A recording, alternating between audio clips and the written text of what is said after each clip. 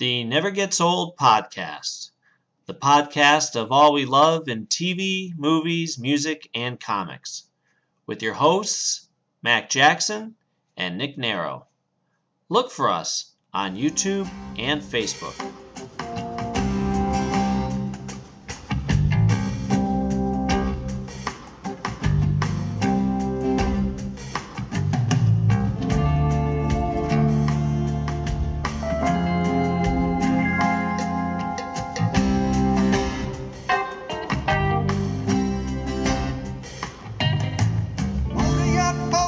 Casablanca Moonlight. Pomade and perfume fill the summer air. Ladies of the island, ladies of the state, mingle close and dance the rumba. That's why they're there. Hello and welcome everybody again to the Never Gets Old podcast. I'm Nick Narrow. And I'm Mac Jackson. And I got to meet Michael Nesmith. Oh, right out there. Yeah. I don't want to waste any time. All right, let me tell you how it was. We went to Rahway, New Jersey, Friday. I took the day off work, obviously. We drove down, took our time, made a day out of it. Got there. Oh, I'm sorry. Let me jump back a little. A couple days ago, Donna Bailey, who's I've known for since '97. I met her. She's the Michael Nesmith fan club president, and she used to have a site, and would send out like a mailing letter, out every month or so. Really worked her butt off for it. But eventually she had to stop it because I guess the site costs money. Yeah. And so, but anyway, through Facebook and everything, we've remained in contact. Well, she contacts me a couple days ago and says, hey, I see that you're going to the same show I am. Do you want to meet up there? Yeah, sure, absolutely. Well, she's coming from Maryland, so that's like a 4 or 5 hour drive, I guess. Yeah. Now we had good seats. They were all right seats. They were in the mezzanine, which I thought, like, if you think about our local Kirby Center or whatever, it's the balcony that hangs over other seats. Yeah. Turns out this wasn't it. She was nice enough to get us seats 15th row, dead center. So she's like, I just don't want to. I don't want to sit alone, and she actually, funny thing, she was supposed to have a pass to meet him too, which she's already met him, being the fan club president and all, 20-some times. Yeah. But he had actually said, oh, you were supposed to meet me at the one. For whatever reason, it didn't happen. Here, put her on the list for Rahway, New Jersey. So they did. So we meet up with her, and we go in to get our passes. We let her go first, and they tell her, what's your name? Daly? She's like, no, Bailey, no. Long story short, they don't have the pass. Like, well, we have this for you, and they were tickets. She's like, I already have tickets. I bought tickets for the show. Yeah. And they're like, oh, well, yeah, we don't have anything, we don't have the pass for you. And we're like, oh, God, that sucks. Yeah. That sucks. I mean, she got us better seats than what we had before. And we're hanging out together, and now she's got to fight to make sure that this... Because also, from her point of view, it looks like she's someone who's trying to get something, undeserving. And when we were there earlier, I saw his daughter, Jessica, has been on tour with them, like running... doing the vending table and making sure everything, all the stage stuff gets put where it's supposed to go. And so I said hi to her, and she looked at me like, hi. I said, Mac Jackson, I know you from Facebook. Oh, okay. Like, she, didn't know who the heck I was. Right.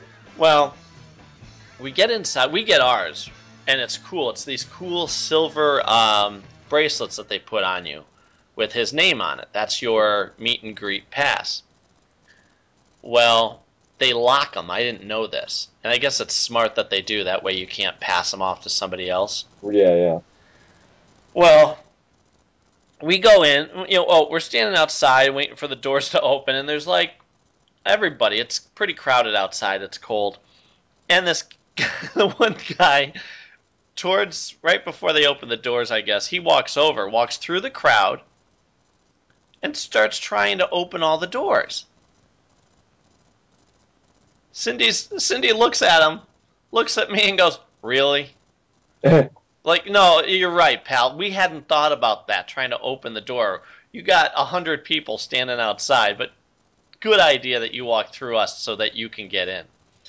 But anyway, so we get inside. We got great seats, and I go over to the table, and wouldn't you know it, the good thing, I guess, about following him for so many years is I have everything that they're trying to sell. Yeah. They got sheet music and, CDs and stuff. And Jessica is running the table.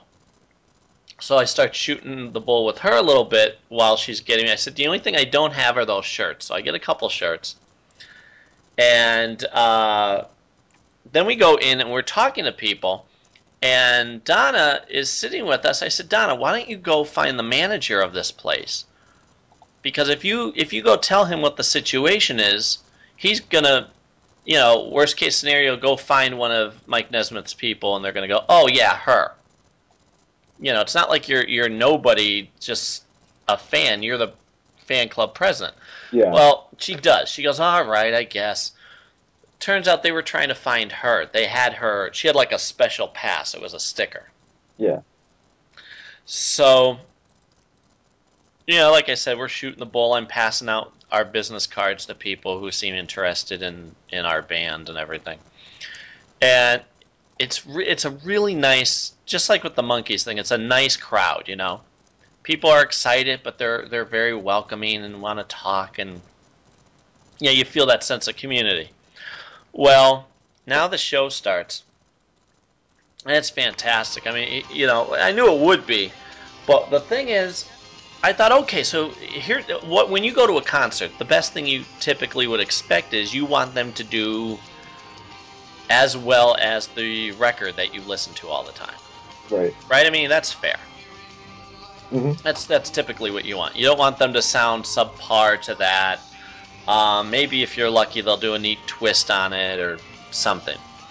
Well, it's great because he comes out and everybody's standing ovation, and and it's really funny to watch.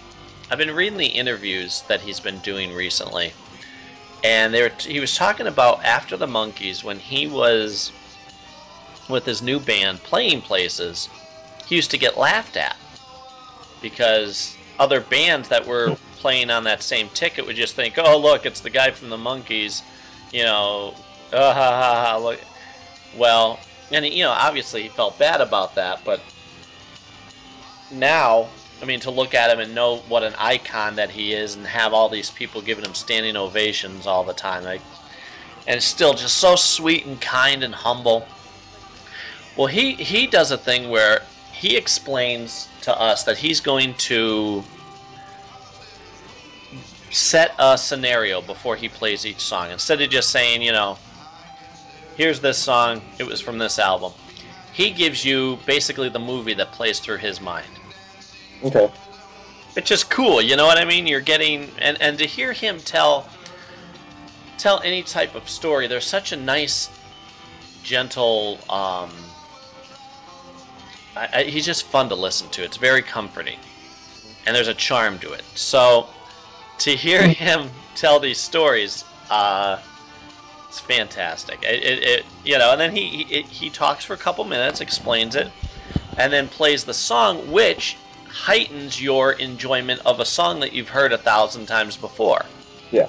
Because now you have, oh, okay, so yeah, I'm picturing that scenario. Okay, and this is what's going through the guy's mind. Oh, it gave it new life. Also, he did a couple songs which I've always kind of, you get to the point where you don't think you're going to hear anything new by hearing it, like Different Drum. He did a version of Different Drum which was so it was so beautiful. It gave it new life to a song. Like I said, I just thought, okay, well, I like his version better than Linda Ronstadt's version. It's his song. But okay, let's see what happens. And they had this great like instrumental stuff, and his band around him is fantastic. His drummer and bass player, keyboard player, Joe Chimay, they've been with him on and off through the years since late 70s. So, yeah, it really gave it new pep, I guess, like a new perspective on songs. And he went through pretty much his at least one song off almost every album that he's done. First song he did was Papa Jean's Blues, which was a Monkee song. He said it was one of the earliest songs he ever wrote. And so he did that one, but then everything else was his solo stuff. Well, it was great. You tend to get lost too, because it's funny. It's surreal. I don't know if you've ever experienced this. When you're at a concert and you're staring at the people that are up on stage, you tend to forget where you are. Yeah. You know what I mean? Because at one point I'm just watching him, and it's just like watching a great concert on DVD or whatever. You tend to think you're just enjoying it. And I look around at one point between songs, I'm like, oh yeah, I'm actually here. You know what I mean? Like, I'm experienced this. This isn't just, I don't know, in my head or whatever. Like, wow, I'm in this moment with him and other people, and this is... I guess the same thing happens when you go to a movie.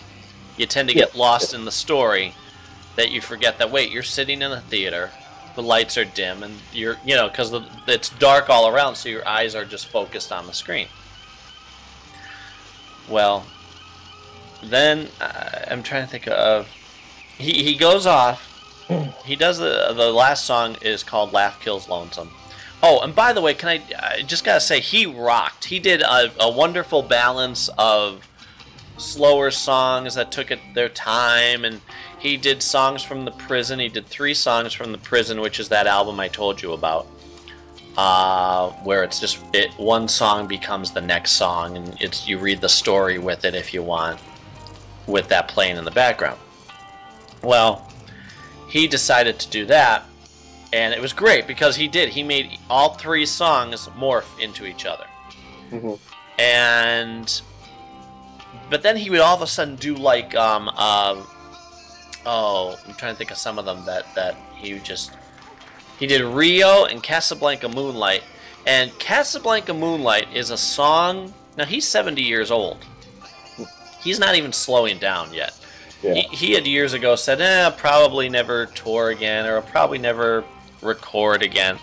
Well, thank God he changes his mind. And now he's like, no, I'm going full steam ahead. I got lots of irons in the fire, new songs, new projects. He's got that new book he's got to put out, The America Gene. But anyway, he does this song, Casablanca Moonlight, which all of his songs have moments of power to them, where he does that high tone where your voice could crack if you're not careful. Yeah. Well, I've heard through the years he'll try different versions of it and maybe take an easier route, or he'll do like a he sometimes does a thing where when he's singing, he'll end a line as if he's saying it as opposed to singing it. And there's a charm to it. All his songs kind of have that quiet humor to it, like that little smirk I can see on, what I mean, on his face. Casablanca Moonlight, though, was a gutsy song to do because it starts at 11. It doesn't. It's boom. Really, anybody? I'll play it while we're talking in the background, but anybody who can go check it out, you'll see what I mean. And I'm thinking, wow, he's doing that one, okay. And the whole time you're thinking, man, I hope he's able to hit it. I hope his voice doesn't crack. And he did fantastic. It was. Ooh, you got the chills. Yeah. You know, and to hear it live, not just on a CD, but to watch him, the emotion in his face as he's boom pushing, you know, right from the beginning, singing with all his heart. Did another song called Grand Ennui, which Mikey is learning, getting into his music more. Like he can tell the difference between each artist. Well, he when I played that song for him, that was one of the ones where he's like, again, play it again, like we're in the car. So I'm like, okay, it is a fun, fast-paced, you know, and in the middle of it, his guitar player does this great solo, and so I was impressed with how much he rocked. Mm-hmm. He didn't have to. He could have taken the nice, easier songs to do. You know, it's not like anybody was going to complain if he did one song and not another. We're just thrilled to see him. But to have him go, yeah, I know I can do that, but you're getting more, was really impressive. Yeah, that's awesome. And his last song he did was Laugh Kills Lonesome, which is like a tongue-in-cheek type of humor song. And then he says, all right, well, that was the last song, everybody. Thanks for coming out. Well, you know he's going to do an encore. Mm-hmm. You know, it's funny, in this day and age, everybody expects an encore.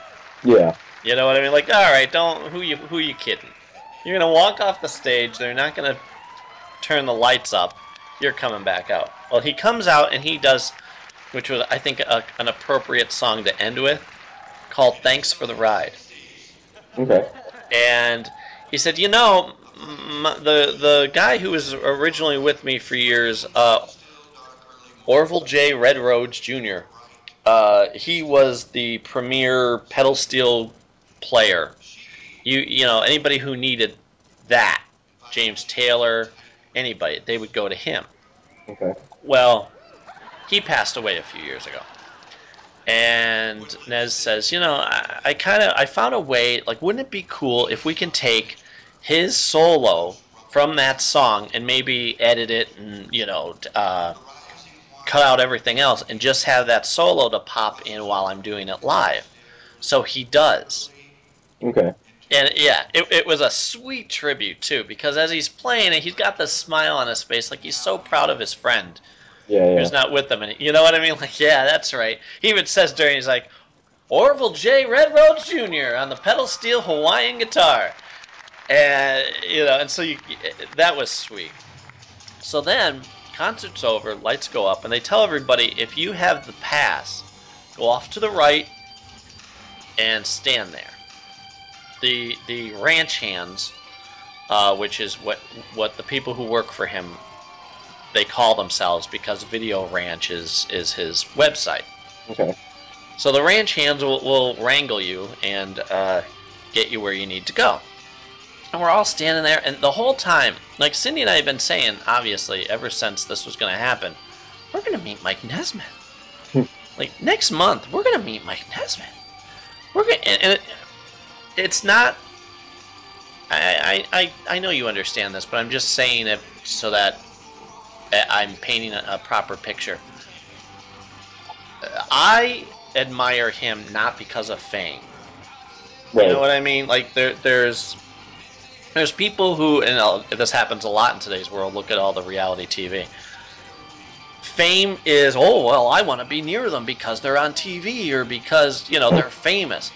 That has never been what I've been about, and especially for someone like him. He could have been the guy who lives down the block. You know what I mean? Like, fame is just a conduit for me to be exposed to his work and him and interviews, and because he's in the spotlight, it's more open than your next door neighbor type of a thing. Right. So, but we're saying that, like, okay, 2 more days, 3 more days. Anybody who went to the Facebook pages of ours saw 2 more days, 1 more day, you know, tomorrow. And I'm posting videos and everything because I'm just so excited. So now we're standing there, and we were saying it all day long, like just looking at each other quietly stunned. Because you're trying to wrap your head around it, like this is something that we never thought was going to happen. You know, I hoped that I would somehow get to meet him, and it just to be able to, and I think it really comes down to this: if you're of the right, I don't know, state of mind, you're not. I don't want anything. Like, you know, there are people there who you have to be careful with. His daughter Jessica said she's kind of weary about friending people on Facebook because they may be trying to get to her father through her type of a thing. Yeah. And think about it. You got 40 some years of monkey stuff, and there are people who are on the opposite side of the sane fence who want to, I want a lock of his hair, or I want to steal this from him, or you know what I mean? Like, people can be just goofy.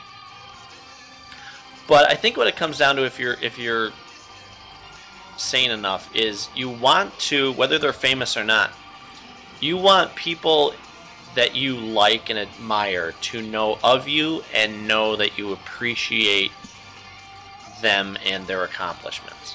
Right, in like a genuine way. Yeah, like I said, it wouldn't have mattered if he were quote-unquote famous or not. I like him. I like the fact that he is a guy, besides his singing, which I adore, and his playing and all that, one of the things that amazes me is he doesn't just live. He doesn't just do one. He's not just the guy from the Monkees and then you never saw him again. Mm-hmm. 70 years old and still go and multifaceted, basically doing everything a human being can do with their life. That's impressive to me. And then on top of that, to remain humble, it is. I find that the most appealing of anything.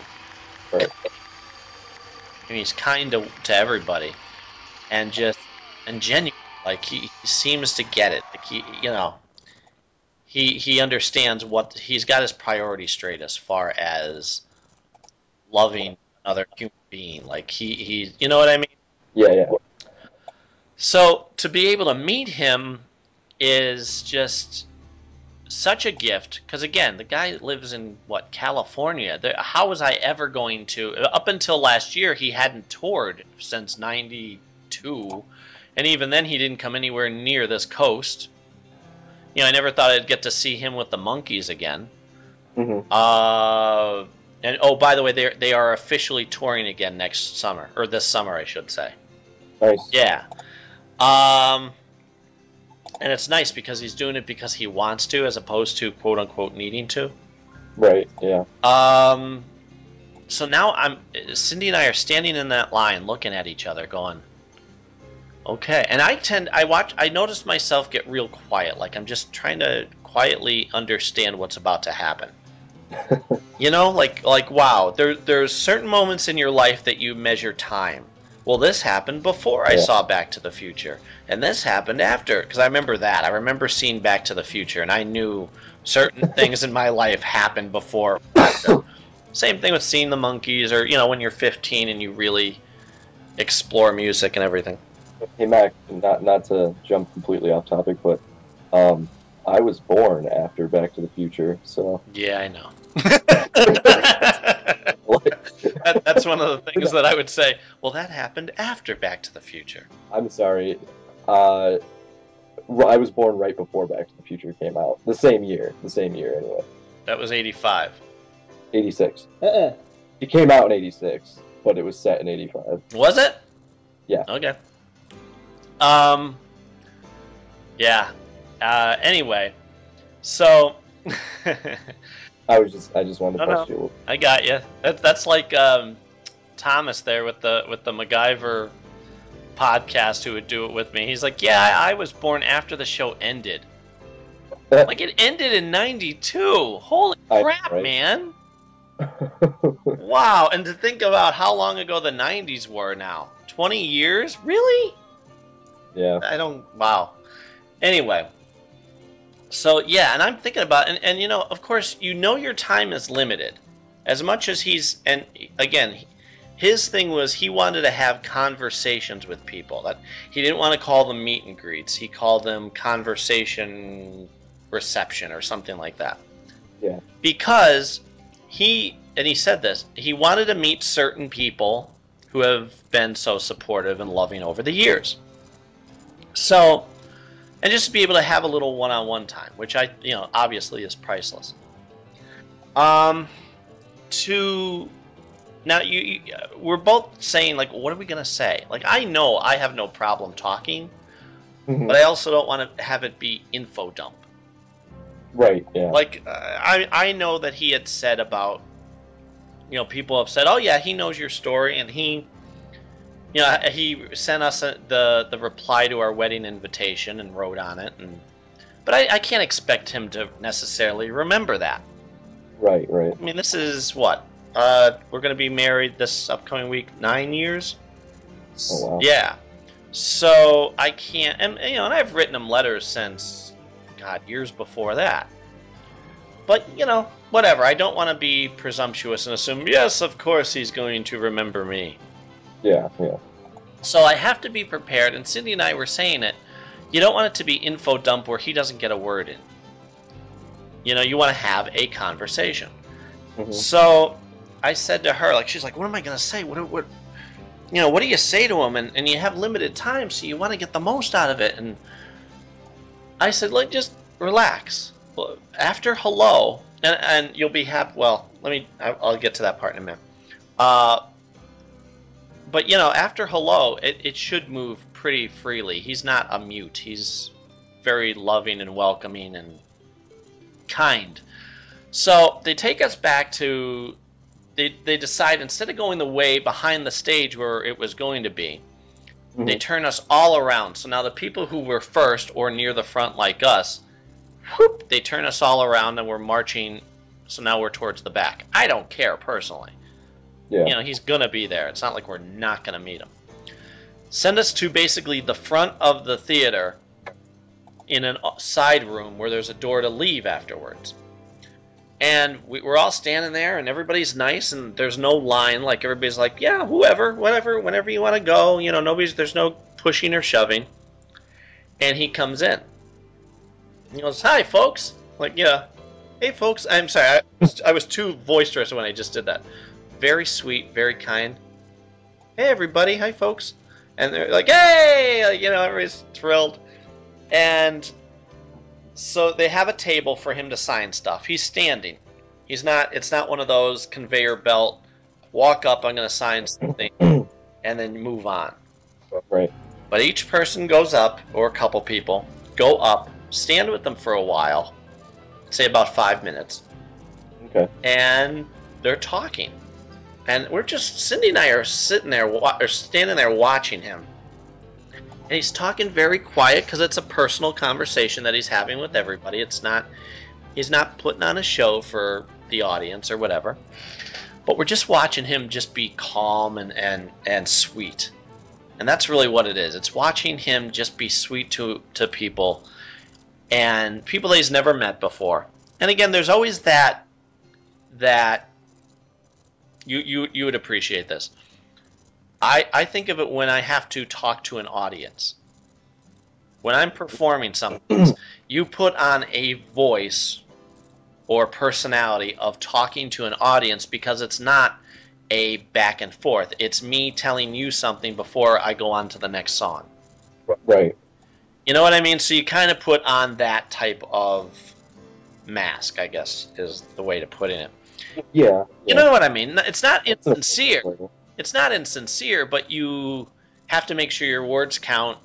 You got to keep the show moving, and you can't wait for a response from other people. So, he doesn't have that. I'm watching him, and he's talking to strangers who he has not met before. But he's warm, he's welcoming, he's kind, he's signing stuff, he's getting pictures taken. So we're just watching him and just in awe of the whole thing, just enjoying everything. And while that's happening, who comes in but Joe Chimay, and his drummer, Paul Liam. Well, Okay. and I recognize these guys because, like, when he did elephant parts and television parts, and I recognize them from video. So, yeah, the poor guys, they come in, they're like, hey, does anybody have any elephant parts or Infinite Rider on the Big Dogma stuff that you'd like us to sign? And everybody's like, oh, no. Because, again, we didn't know that these guys were going to show up. You know, they just came back to sign stuff or shoot the bull.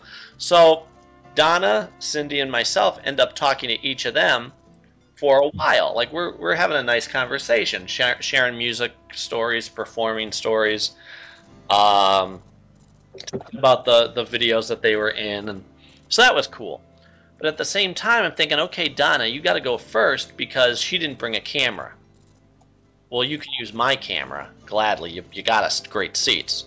Yeah. You're my friend, so I'm not gonna. Nope, sorry, I can't use my camera. I'm happy to do it for her. Well, I said, Donna, go ahead. She's like, oh, I don't know if I want to go next. She wants to stay and be last. Yeah. And that maybe she can get more time with them. But we all thought, wait a minute. By the time it's over, he may be exhausted. Right. That's over 20 people in that room. So I said, just go ahead. So he waves her over, and I hand off my camera to his assistant. And, you know, they have a nice conversation, and now it's us. I know we're next. And all I want to do, obviously, all you want to do is just have that personal connection and just say, hey, how's it going? Great to meet you. Maybe if you have to, give a little insight to who you are, and, you know, without gushing. Yeah. So we're prepared for that. And here's what happens. This is what makes this an unbelievable, inspirational story. He waves us up, and I put out my hand and I said, hey, Nez, Mac Jackson. His eyes get big. Now, before that, I watched him. He looked at me a couple times while the people ahead of us were going up. Like somebody in front of us had him sign "Sweet Young Thing" and his name on their arm so they can get a tattoo. Oh, cool. Yeah. Well, and we're all watching him, like, say, his eyes rolled when she mentioned it. Like, really? You're going to get tattoos? Well, you know, because of his personal thing. Like, no, but, like you said, it's also flattering. Yeah. So he's like, you sure you want to do this? And he kept saying to her, are you sure now? All right, well, where would you like me to do it? And there's so many. If you go on Facebook, you're going to see pictures of her getting her arm signed by him. And the whole time he just kept saying, you're sure now? This is okay. So while he's doing that, like, I watch him look over at me, and I think, you know, this is all in my head, I'm sure. It looks like he kind of recognizes me. But really, come on, who am I kidding? When I walk up and I said, hey, Nez, I'm Mac Jackson. He goes, Mac.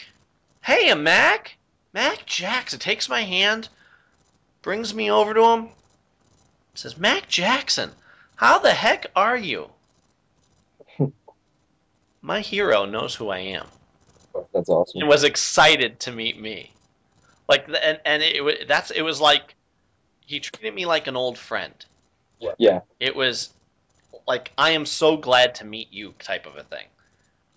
I said, and the whole time I'm stunned, like, oh, I'm wonderful. I'm fantastic. This is Cindy. You know what? I have, besides these things for you to sign, I have, and I thought of you, I decided a couple nights ago that, you know what, there's a couple people whose music I always thought he would appreciate. Yeah. Lyrically, the structure of the music, even though they're somewhat vastly different. Harry Chapin and David Gray. So I made you these CDs. If you're going to give a gift, I personally can't think of a better gift than the gift of music. Okay. Right? Like, I just, it's the gift that keeps on giving and blah, blah, blah. But it's true. It's absolutely true. Think of what music means to you.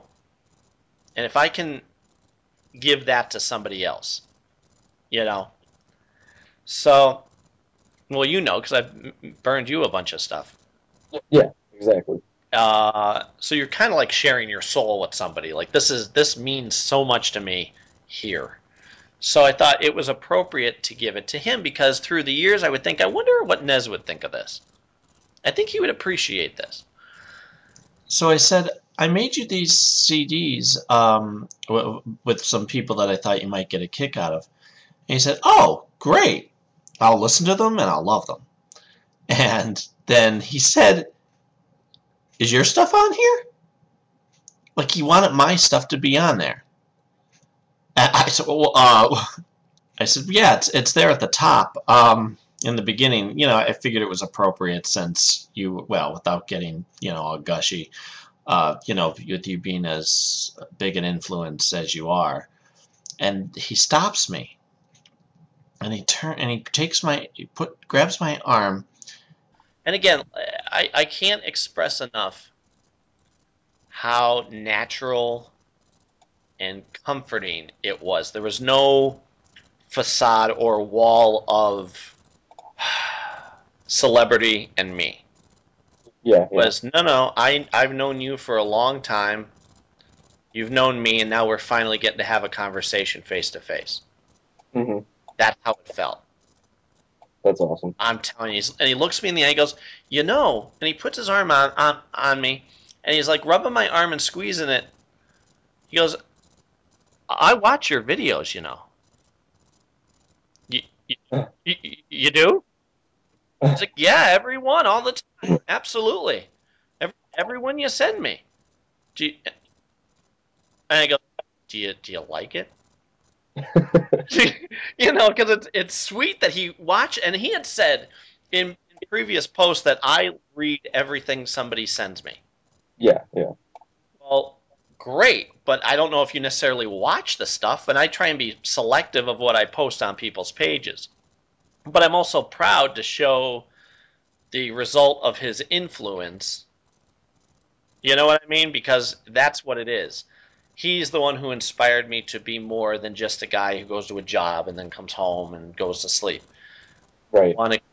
We've said this before. I want to contribute to the world, and it's because of him that my artistic and creative endeavors are constantly going. Mm-hmm. So I'm proud to show him without bragging or whatever, to say, look it.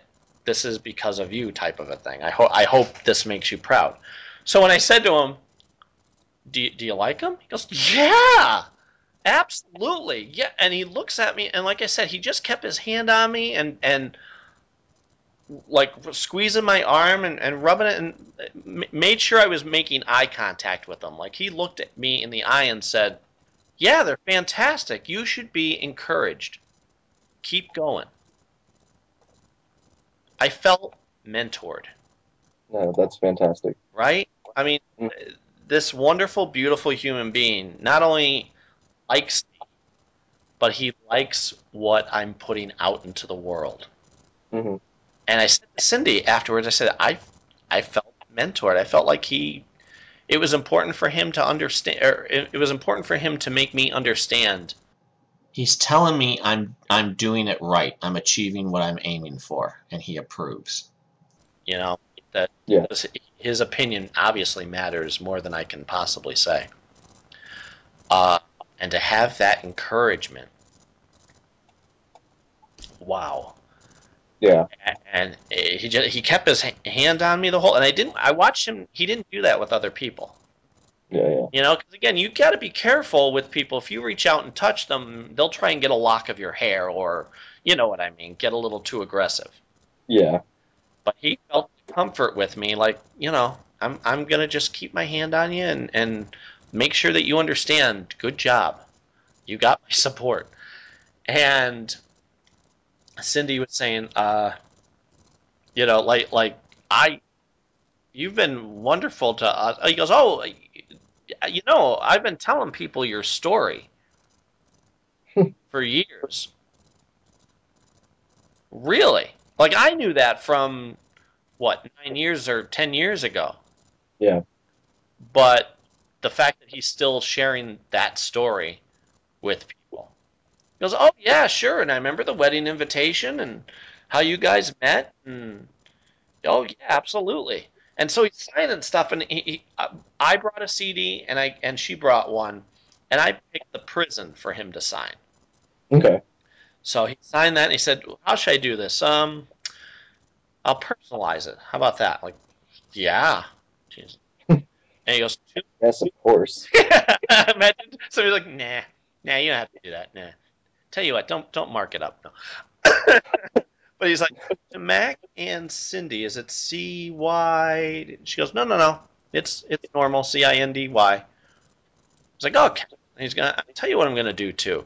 And it's so charming the way he's just natural, calm. Like I said before, he's cool without trying to be cool. Yeah. He is who he is. Tell you what I'm gonna do. I'm gonna date here. And then he takes the other one and he goes, and on this one, she said, I thought it would be kind of appropriate to have you sign the CD with Harmony Constant on it. He goes, oh yeah, absolutely, that's a good idea. Should I sign on the CD under the song? Or, no, I'll tell you what, I'll sign it over here, I could write more. So he says, to Harmony Constant, best Nez, and he dates it. And he says to me, so how's gigging going? Oh, we're going to talk shop, okay. It's good. I said, I've been fortunate enough to not have to be out pounding the pavement, but, I don't like to do the 9 to 2 gigs anymore with the 2 kids. He goes, oh, yeah, yep. And Cindy said, our son Mikey, we posted a video. He goes, oh, yeah, the one with him wearing the hat. He's aware of our children. He's like, oh, yeah, I've seen pictures of your kids. Oh, yeah. Technology. Oh, I'm telling, but I mean the kindness to take the time and be curious about certain people. Like, oh, let me go through his photo album right now. Oh, that's a nice picture. Oh, there's his kid. You know what I mean? Yeah. And he's like, oh yeah, the one where he's wearing the hat. I said, yeah, and he's calling Michael. What do you say? Michael Nishmish, not Nishmish. Yeah, Michael Nishmish. And he goes, yep. And he makes a cool reference to an early episode of the Monkees where it's called, the episode was called I've Got a Little Song Here. And the guy basically just keeps saying his name wrong. Okay. So he's like calling him Michael Wishwash. He goes, that's right, Wishwash. And so he says that. He's like, yep, Michael Wishwash, that's me.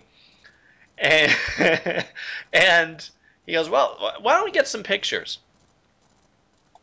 Yeah, okay, absolutely. I said, ooh. Now, when they sent out the email, they said, bring one Monkees thing if you want. Because you'll get people that, like at a comic book convention, would wheel in a cart full of stuff for him to sign. Yeah. And especially with 45 years worth of Monkee memorabilia, that's not going to fly. Yeah. Or close to 45, anyway. So they said one Monkees thing and whatever Nez stuff you want. So, and again, I don't want to spend the time with him signing stuff. I want to talk to him. So the other thing it said was, don't, you get one picture with him. Okay. But I thought, let me ask at least, because I've adored him before I met Cindy. She's adored him before she met me, and now we're together. And because he's such a major part of our story, you know what I mean? So yeah. I said, I said to the girl who's going to take the picture, I think her name was Jessica too, can we get one with each of us and then one of all of us together? And she's like, ask him. And he's like, yeah, of course. Of course. So Cindy goes to stand by him and accidentally steps on his foot. But he's fine with it. She's like, oh, I'm sorry, I stepped on your foot. He's like, it's all right. And they get their picture, and then I get my picture, and then it's all three of us. And it's cool. He looks proud. Yeah, in each picture. He looks like, these are my people. They're my people. They're, my legacy, or And I adore her. I'm so proud that I got that picture. And then she says, like, I shake his hand. I said, thank you so much. It was great finally getting to meet you. He said, yeah, you too. Like, I can't emphasize enough the sincerity and just the relaxed. You forgot that you're talking to Michael Nesmith of however many years of history. You're talking to a good human being, a good, gentle soul. And Cindy says to him, I want you to know, and this was beautiful because it came from her heart. I just want to thank you. You've been making me laugh making me smile since I was 10 years old. And it's great to meet you, and I love you. And he says, and it wasn't the girly, I love you, that type of thing. Yeah. It was, no, I love you as a person, and it's important that you know that. And she goes to give him a hug, and he goes, thank you. That means a lot. It really does. And he gives her a hug. And, and then he turns, and as he turns to me, I got my arms out, and I'm giving him a face like, huh? Like, I gotta give you a hug. He's like, I know it. And he gives me a hug. A nice big hug. I said, this is just what I do. And I shook his hand again. I said, seriously, I looked him in the eye. I said, thank you for doing this. Because, again, he didn't have to do any of this. Right. He could have just come, done a show, and left. He could have done signing stuff at a table and move along. But, so I said to him, thank you.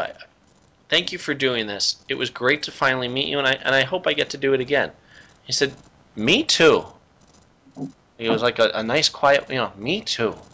Yeah. And then we were on our way. And we walked out of there. I'm sorry, floated out of there. And Donna said, one of the things I had said to Donna was, you don't have your website going now. You should at least utilize Facebook. You could do it for free. There's a lot of Mike Nesmith fan pages, but if you can have him give you the official okay to call it again the official Mike Nesmith fan page like you did before, I would gladly. She goes, I don't really know how to do all the technical stuff. I said, well, I'll gladly do it for you if you'd like.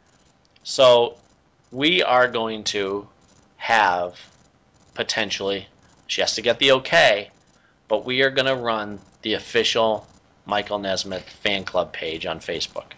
That's fantastic. Right? Like that, and it's in good hands, and I think he'll know that too.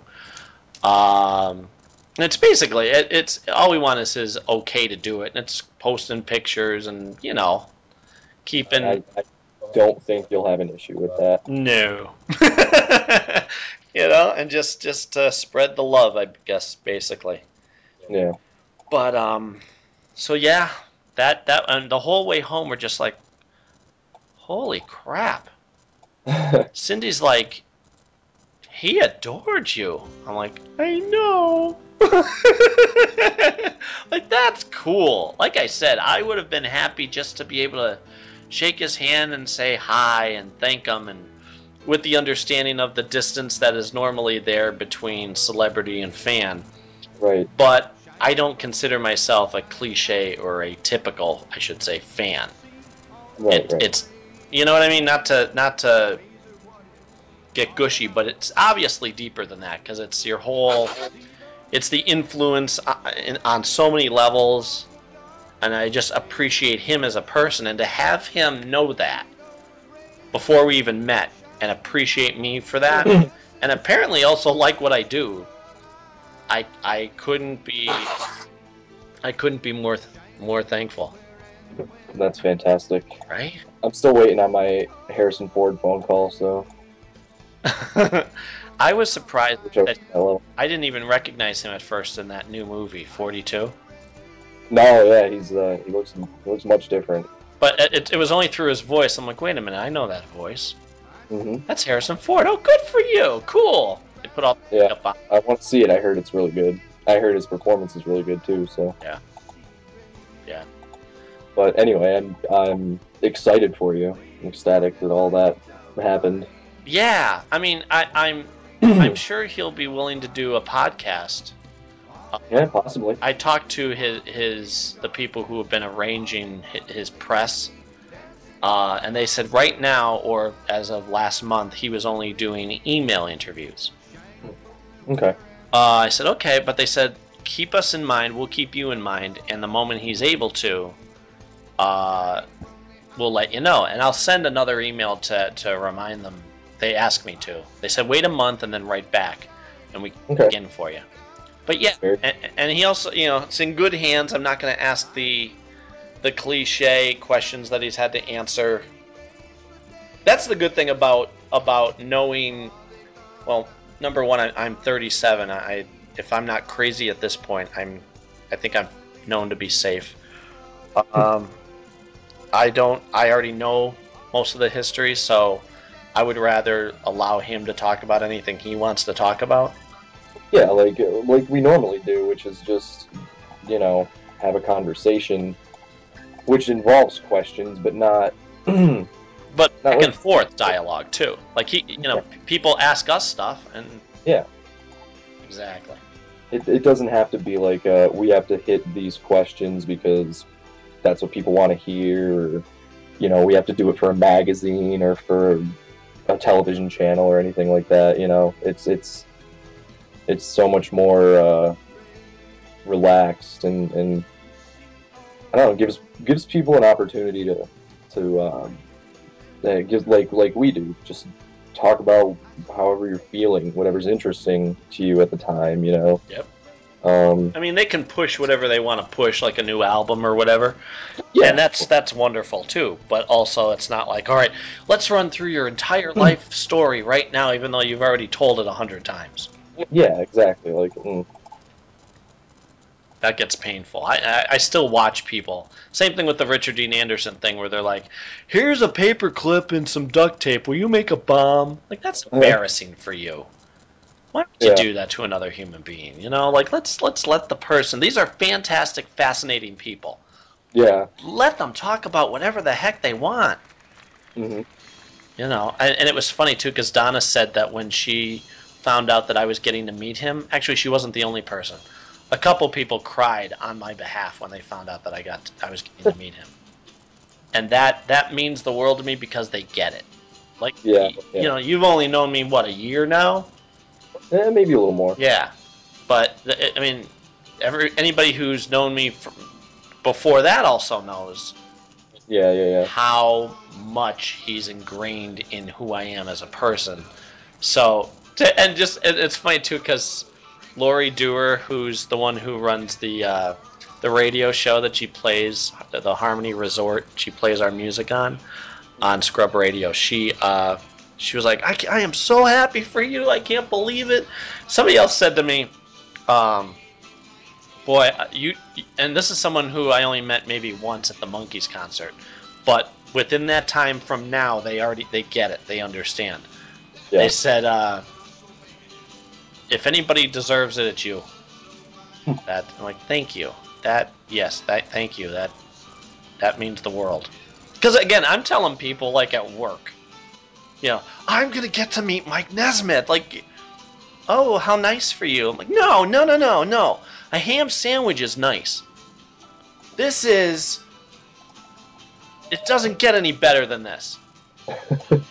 You know what? Honest to God, there's only one other person in this world that I need to meet.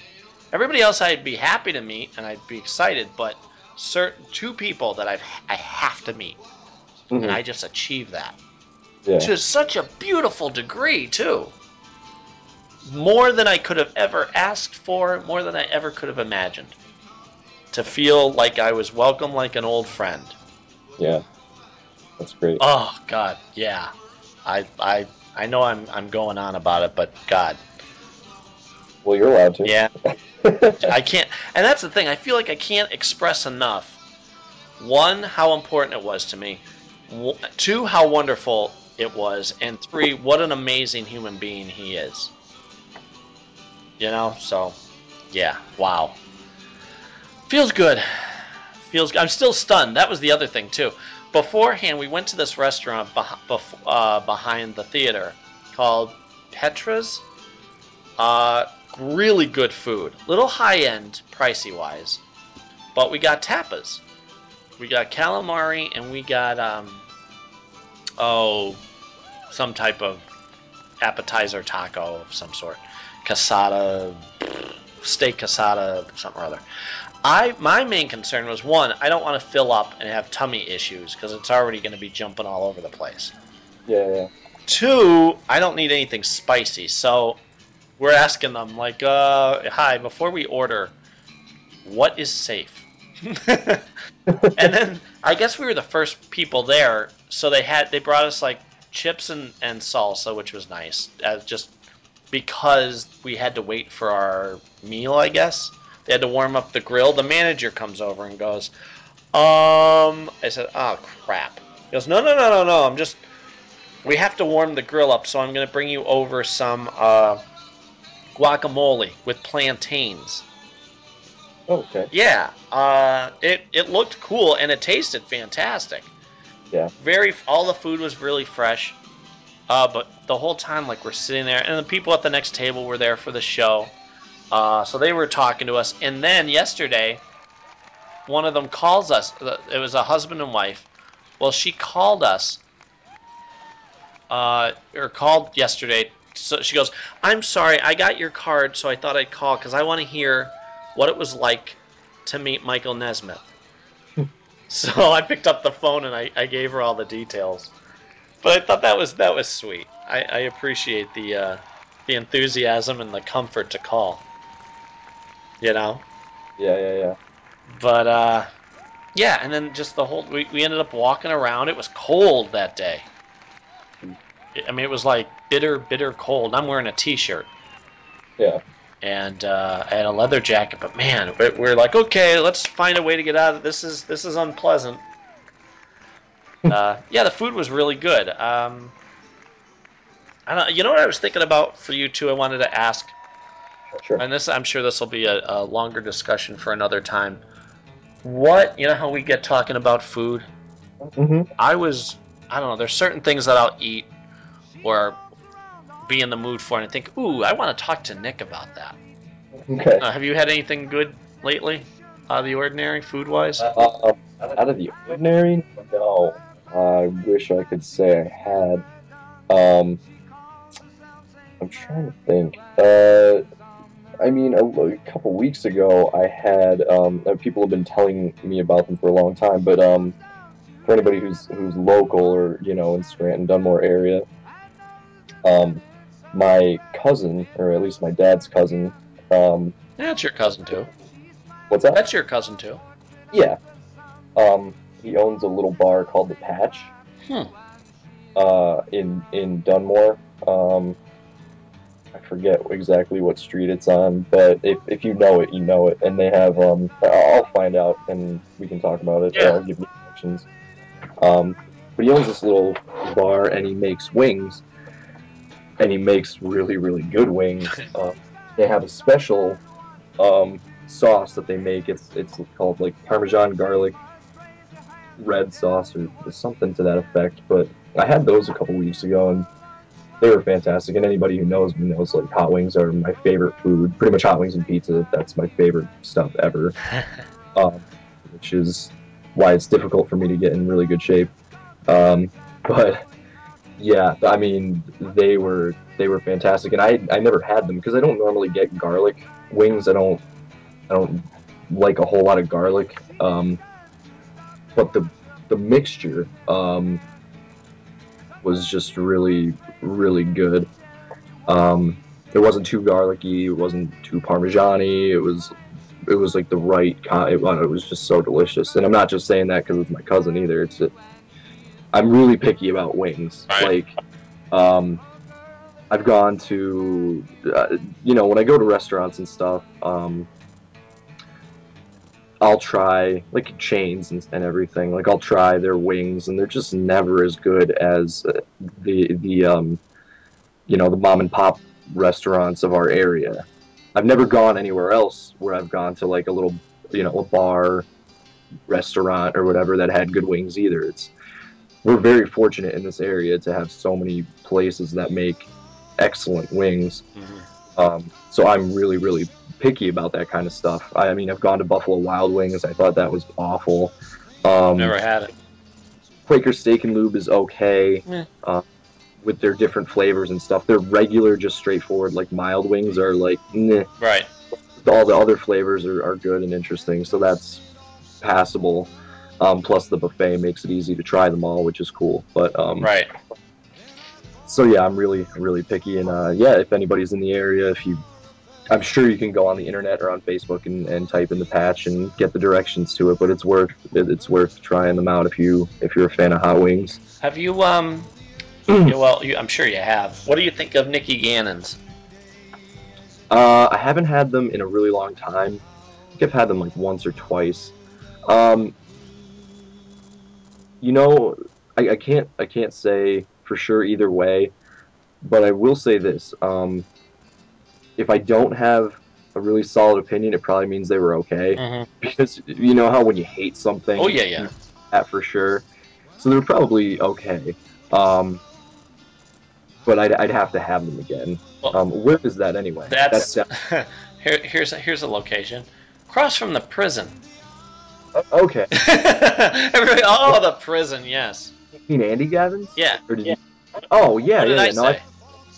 I thought you said Nicky. I think I Gavin's. did. I think I did. I'm sorry. Which is another place that has wings. That's right? what throws me off. The one I've been to, the other one I haven't. Right. Yeah. The one is on Greenridge Corners there, right? Yeah. Andy Gavin's is across from the prison. That's right. And yeah, no, I like their wings. They're good. But the problem is the only time I ever go there, I go there to drink, so I don't feel like bored of food. Yeah, you don't go for the decor. So I'm like, they smell so good. No, yeah, they have pretty good wings. My buddy Joe will go out for like a once in a while he'll call me up and say, let's do a guys' night, let's go out and eat. And we just catch up. We but he loves his wings, so he'll pick a Thursday or a Sunday because that's when they have wing nights or whatever. Yeah. And usually Tuesdays and Thursdays. So, okay. Yeah, you're right. Either depends on the restaurant. You're right. And they did that. They have that there, but they also have it at Station Square, which is there in Oliphant. It's like one of the only two decent businesses in that, those corners. Yeah. Well, we're the frequent diners. We have a frequent dining card there because we go all the time, and the couple that run it are very nice. And they typically have a nice selection of food. Well, he'll want to go to Joe will want to go when we do our guys' night or whatever. Go to Andy Gavin's. And just to mix it up, I'll say, let's go to Station Square. I let him pick. I mean, he's the wing guy. I don't get a craving for it.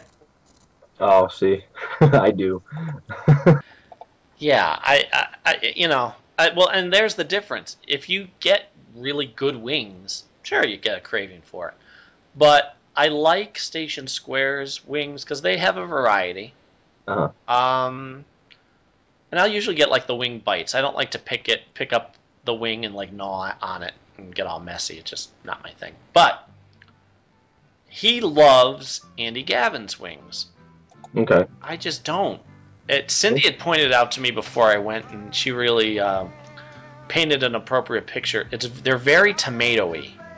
Okay. Their sauce, you can really taste. You know what I mean? Yeah. A lot of tomato in this. I mean, it's all right, but if I get anything other than mild, if I get teriyaki or garlic or whatever, it always feels like it's burnt on. Okay. And I'm talking about wing bites, not the actual, right. wing.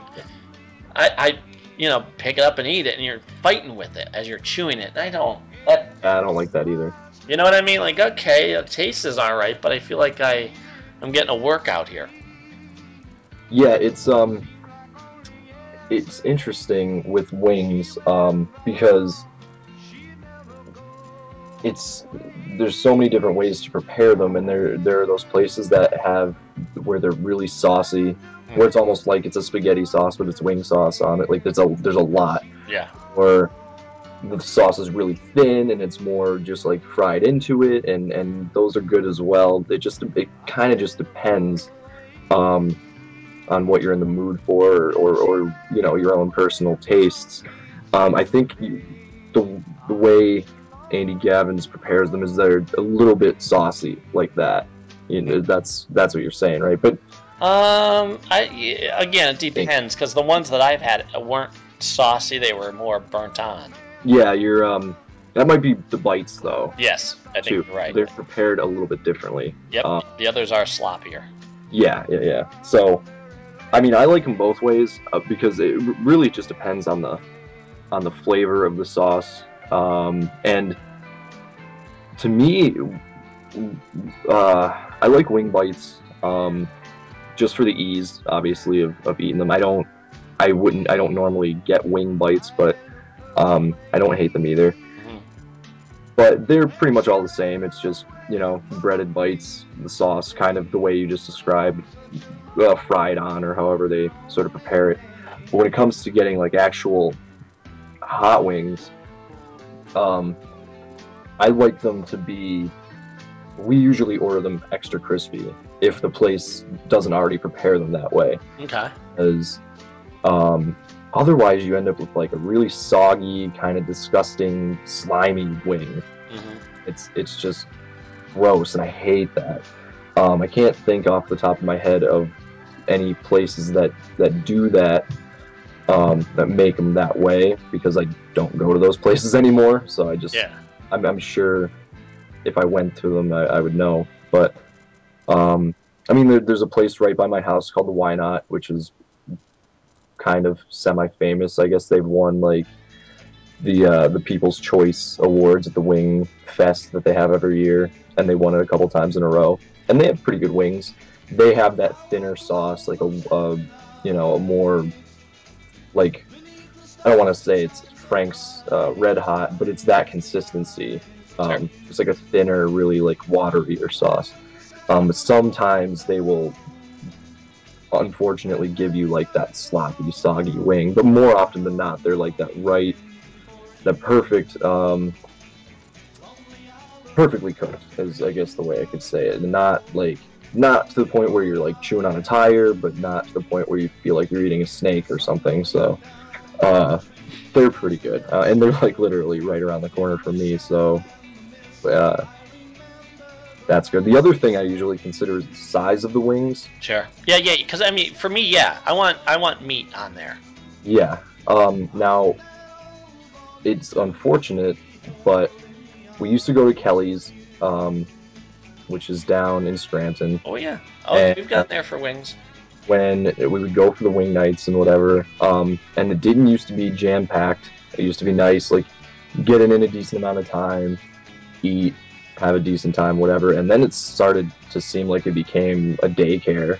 Yep. So there was always, like, you know, preteens and very young teens. Oh, it was the hip place to go. Super annoying. What? It's the hip place to go. Yeah, I know. They added onto the front of it as far as like a front porch thing. Yeah. And I remember because Cindy gets the craving for wings, and it's their wings in particular. She's like, "Let's go to Kelly's." But they used to give you the blue cheese for free. They used to have really good sized wings, and they were inexpensive. They were, when we started going there, they were 25 cents a wing on wing night, which was great. And then they went up and a little bit up and a little bit up, and now I think they're 50. I think at Kelly's, but I haven't been there in a really long time for wing night only. Sure. I'm saying, but also you get a tiny wing, so I'm just like, nah, I'm not gonna go through that. And then the other place too that's unfortunate is the Windsor, which has my personal favorite sauce. Like, the flavor of it, fantastic, great. And when we used to go there, again, they used to have really good sized wings. Plus the sauce was great, and the service is good, and the place is cool. But again, I don't know if it's just who they get them from or what, but the wings got smaller and smaller, and prices went higher. So it's like... Well, they used to have, right by us there at Dixon City Corners there. Yeah, that little Windsor. They had that little wing, and we used to go, and I remember getting the honey mustard sauce and thought, this is just blocks from our house. If you're in the mood for wings, we don't have to go all the way to Kelly's. Mm-hmm. We'll just go here. And I remember enjoying them. Like, that was nice. And then all of a sudden, poof, it's gone. Yeah. I don't know what They happened. posted that about a year ago, I think. Was it? It feels like it was longer, but yeah. Maybe. Yeah, it's possible. Ugh. I'm having an issue with time now. I went to that Quaker Steak and Lube place the one time with Joe. We went to the movie theater right there. Okay, yeah. Whenever I go with him, he wants to do the big IMAX theater, and again, they're typically movies that are deserving of that. Right. You know, like we went and saw Raiders when they had it out redone. So when we leave a movie, he's like, well, you know, where do you want to go for wings? I'm like, well, there's any place around here. He's like, well, I want wings, so let's go to this place that's supposed to have good wings. And they did. I enjoyed what I got, because I didn't get the typical wing sauce. I got whatever the flavor was. You know, and they have such a great selection. Mm-hmm. I want that you know, semi-spicy this and mix it with that, and that sounds good. And it was good. And I remember leaving there going, wow, I actually am kind of craving that now. That's good. However, I kind of resent the fact that it's so niche-y. Okay. Like, look, you got the race car here, and you got the bimbo picture leaning on the car here, and you know, here's my boobs. Want some wings? Like, I don't like that. and of course, I can't think of a more unappetizing title for a restaurant. Yeah, Quaker Steak and Lube. It's weird, yeah. Oh man. Well, I guess the indication would be, you know, the lube is beer, obviously, because you can get the big tall, what they call the lube tube, and it's filled with beer, and you like pour it yourself and all that stuff. We did that one time. Yeah. But I don't, you know, when I go to like restaurants and stuff, I very rarely drink. Even if other people are driving, I very rarely get beer. Mm-hmm. Because I feel like when I drink beer with my food, at the same time anyway, it diminishes the flavor of what I'm trying to eat. Yes. And the beer. Now, on the other hand, when I've had a lot of beer and then I eat food, it's fantastic. But it's not at the same time. No, I understand that. Well, that's like me with coffee. I don't want to drink coffee while I eat something. Yeah, it's just it defeats the purpose, I think. Like wine, maybe wine is not as bad, but with beer, no. I almost never ever drink beer while I'm eating, unless I care about what I'm eating. They cancel out. And the two flavors cancel. Yeah. And apparently, and I again don't drink, but wine is supposed to, I guess, with whatever it is, enhance the flavors. If you yeah. And I love that aspect of it. That's why, like, same thing with beer. You got people who know beer and can talk about beer and talk about wine and smell the bouquet and it's got, you know, the light reflecting on blah blah blah blah. Yeah. I admire that. Yeah. I appreciate the appreciation, I guess I could say. Yeah. And I said, you know, I wish that there was something like that I could appreciate that wasn't alcoholic. And I'm picking up on that with coffee. Okay. I've only been, I think I told you, I've only been drinking coffee since 5 years ago when we moved into here and we were working on it, and Cindy got me Dunkin', and it was French vanilla, and I'm like, ooh, and I'm like, all right, coffee, whatever. Ugh, you're gonna have to sweeten it up. And I took a sip. I'm like, okay, now I'm craving it. Now I want it. And I went to Zumo's. You ever go to Zumo's? No, I don't drink coffee, so no. Zumo's is a place in Dunmore / Scranton on Marion Street, I think it is. The owner is always on WILK, Webster and Nancy. Okay. And this is someone who she's a Facebook friend. She knows her stuff. She goes around the world where they pick the beans. Okay. She judges competitions in like South America, Colombia. I mean, she travels a lot to do this. She's impressive with her knowledge of coffee. And it, so much so that even if you don't drink coffee, it's the same thing that I get from beer and wine. I don't drink them, but if you listen to someone who knows what the heck they're talking about and can appreciate it, you go, I kind of like that. I like what you're saying. And anyway, I went there on my birthday. I had Mikey with me. And not this past year, I think it was the year before. And we went there and we ate lunch there, and I wanted to try their coffee. Now, when they talk about the coffee that they have this kind, and there's the light, and there's the dark, and there's the medium, and there's the spring flavor, and there's the, they really get into it. So I thought, I'm going to look at that board, and I'm going to have to pick from hundreds of flavors. Yeah. 3 special coffees at a time. They have other stuff, you can get your basic whatever. Yeah. And it's pricey because you are getting the higher end quality of, it's not Folgers, which is fine, but right. This is picked from the this is the bean that she went and got.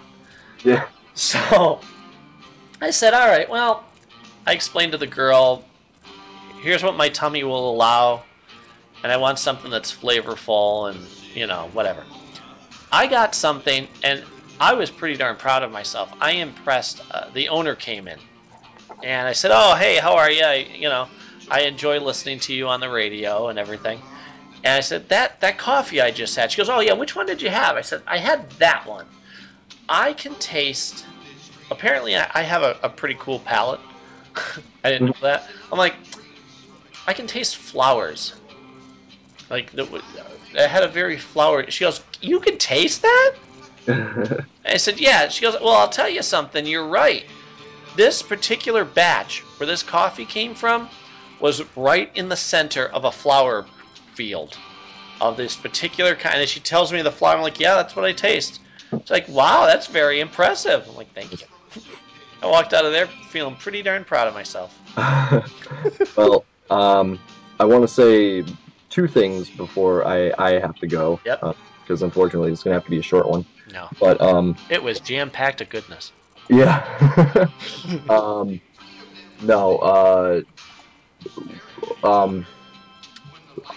Since I don't like coffee, and like you said, I mean, I've tried a bunch of beers. I'm not really picky with it. I mean, there's some stuff I don't like.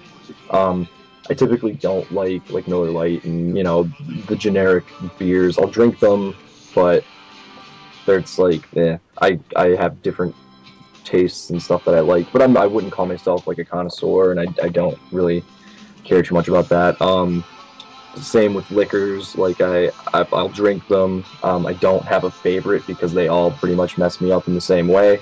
I mean, there are ones that I'll prefer over others, but I don't go for that either. What I've been thinking about doing is been starting to drink a lot more wine. Okay. Just because I like the way that it makes me feel as compared to beer or liquor. Warm? Beer is much like a... What's that? Do you feel warm? I suppose, but it's more of the sort of inebriation I'm going for, I suppose. Like beer makes me really loud and obnoxious. That's typical. And liquor makes me insane just about. And I'm obviously saying in higher amounts, not lower amounts. Sure. But wine puts me at like a really nice, like calm and in control sort of place, and I like that. So I've been trying a bunch of different wines, and since I don't know anything about them, I've just been getting different kinds just to see what I like. And so far, I like sweeter stuff. But I haven't tried anything I disliked so far, so it's still a learning curve.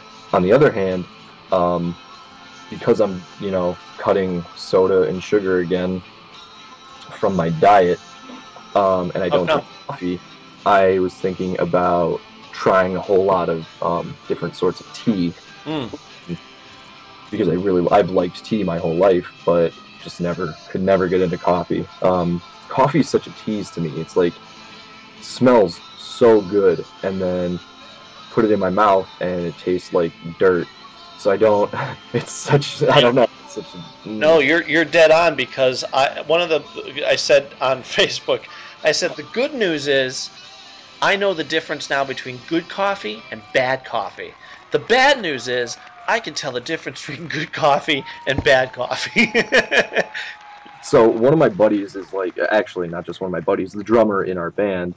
If I happen to get to practice early, which isn't difficult because he lives right down the street from me, he'll like brew a pot of tea.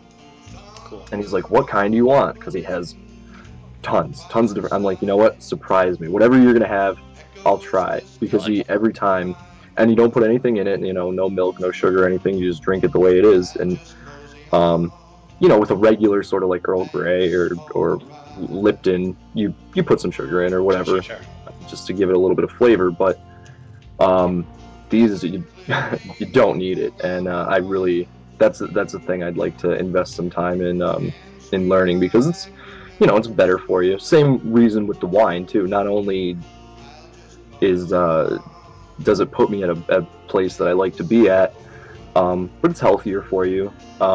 You drink less of it, so you're not getting as many calories and all that sort of stuff. So, and yeah, and just because my eating habits are so poor, I probably need to start getting some grape juice flowing through my veins at a relatively early age. So the health benefits sort of help. The other thing I wanted to say again before I jump off is the Daymen.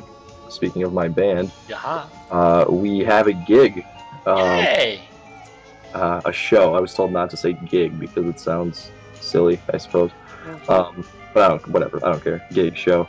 For those in the area, in June, the 21st of June, actually, we're playing at the Irish Wolf Pub.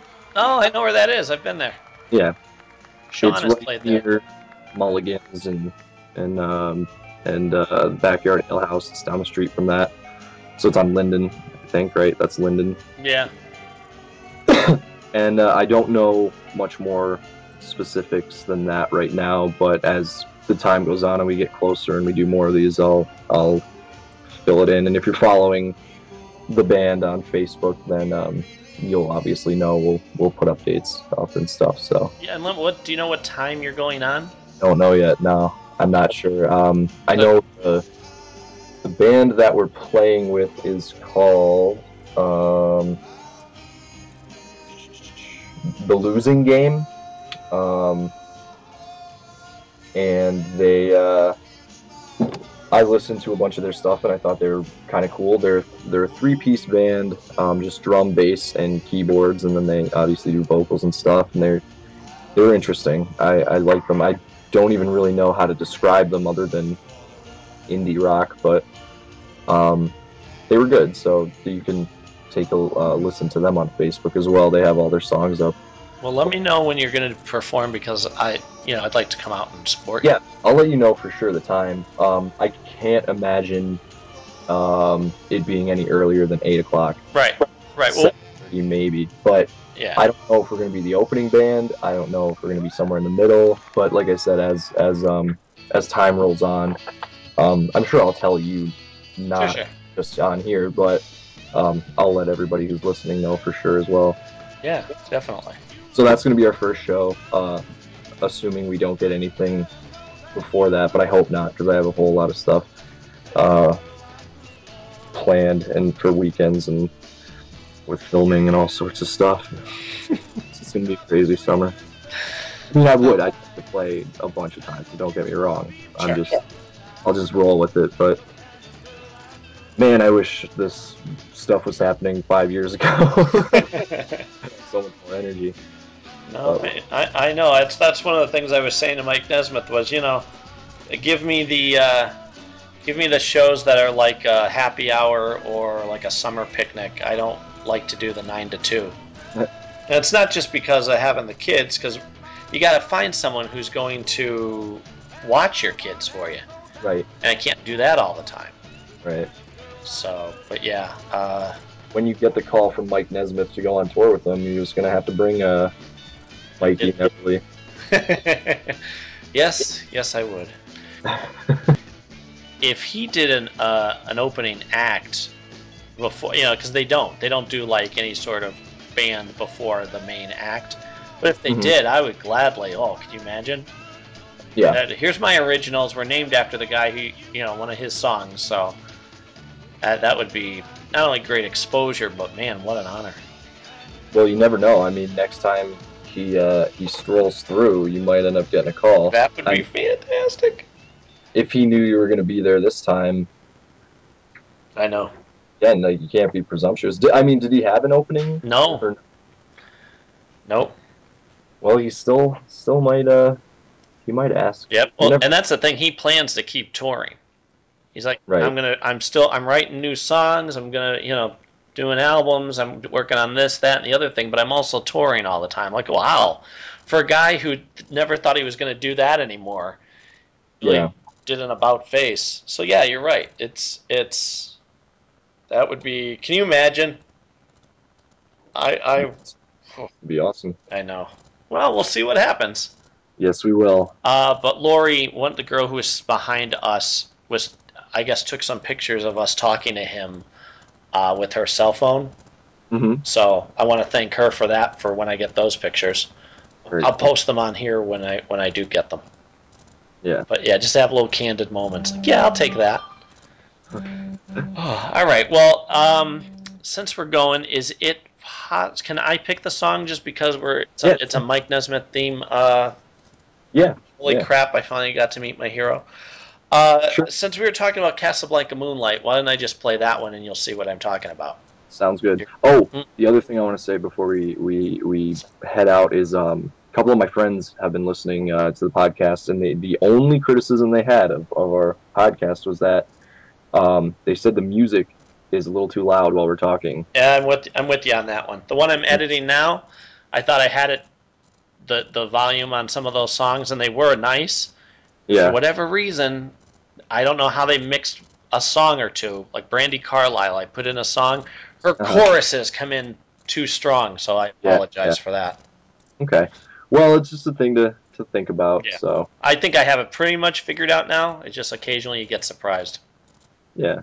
So, but I appreciate their feedback. Me too. I was like, I think, you're probably right.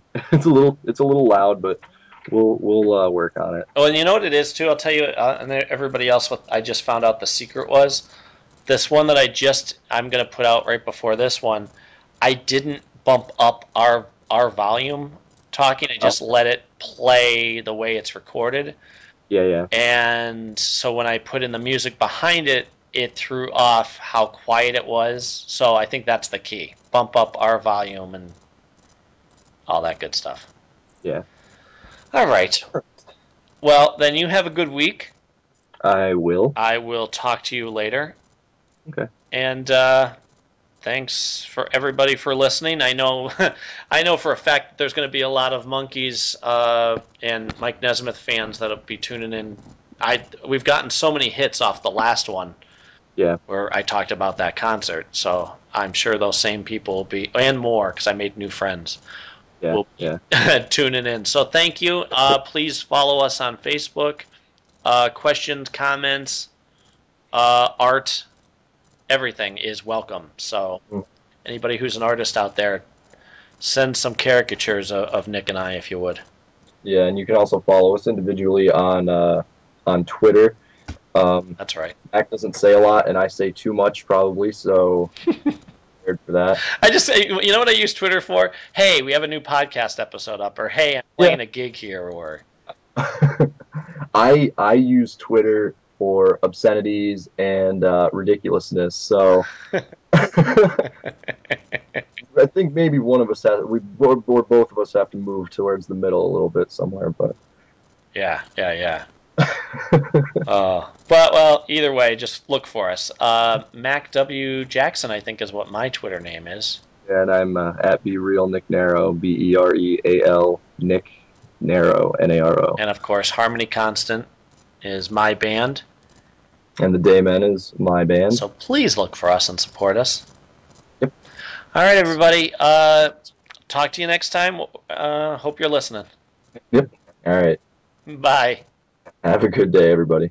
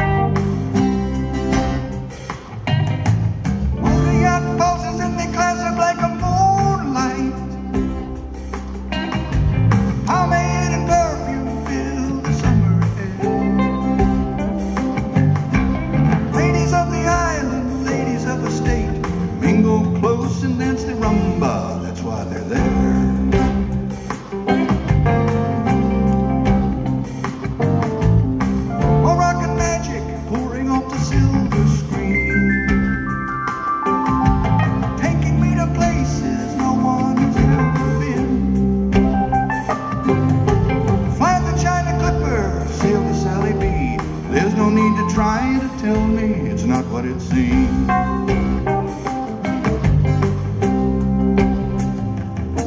And it all takes me home.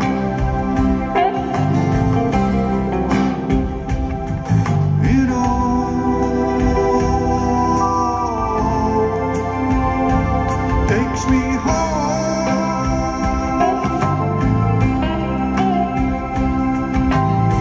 It all takes me home.